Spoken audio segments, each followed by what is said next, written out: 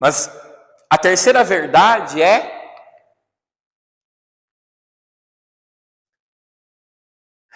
Deus usa nosso relacionamento com Cristo para nos fazer chegar ao crescimento.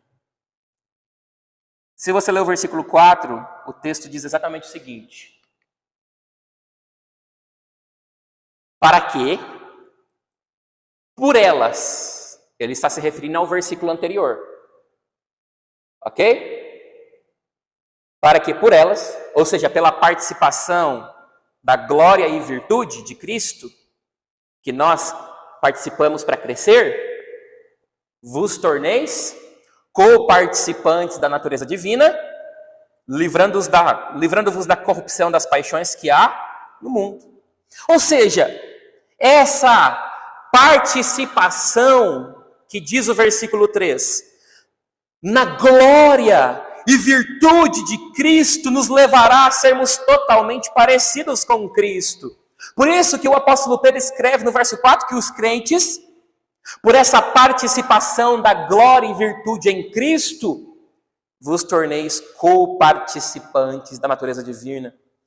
Isso, meus irmãos, significa dizer que o próprio Cristo é quem nos torna participantes da sua glória. É o próprio Cristo.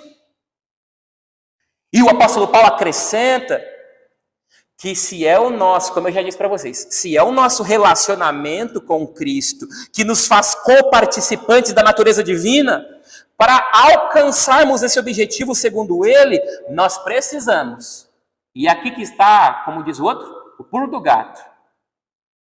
Segundo o texto, nos afastar da corrupção das paixões. Aqui que está o pulo do gato.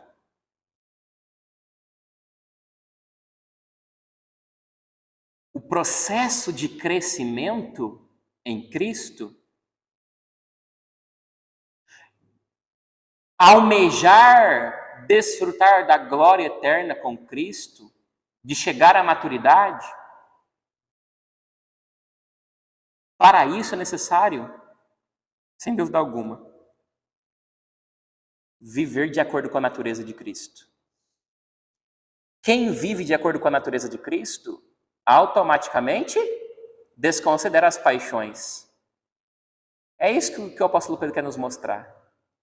No fim das contas, Cristo, quando se torna predominante, presta atenção nisso, quando ele se torna predominante na nossa obediência, logo nós nos afastamos das paixões. Ou seja, quanto mais amor, quanto mais paixão, quanto mais vontade, quanto mais desejo você tem de amar e obedecer a Cristo, mais você se afasta das paixões que há no mundo. Essa é a lógica do apóstolo Pedro aqui, ok?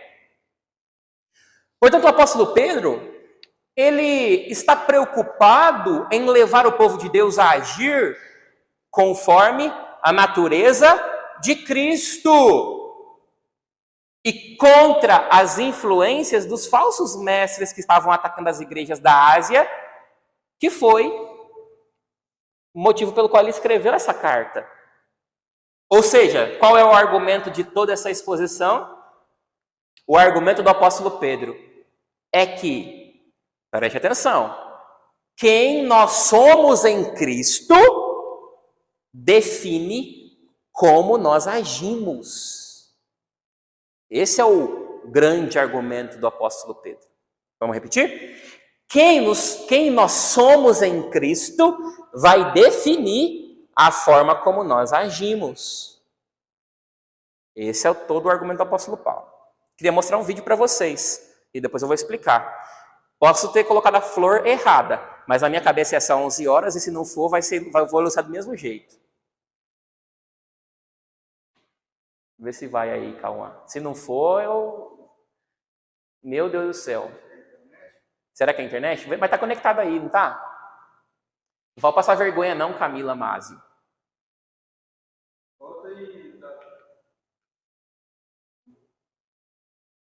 Tenta clicar você.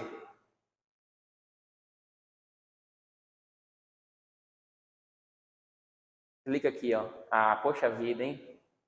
Aí, Dá pra ver lá?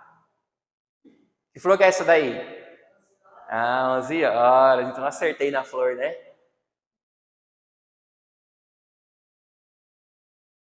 Mas enfim, deu para ilustrar, né? Essa flor, é claro que ela desabrocha meio-dia, né? Mas o que isso é interessante? Por que isso é interessante? Porque essa flor, ela exemplifica exatamente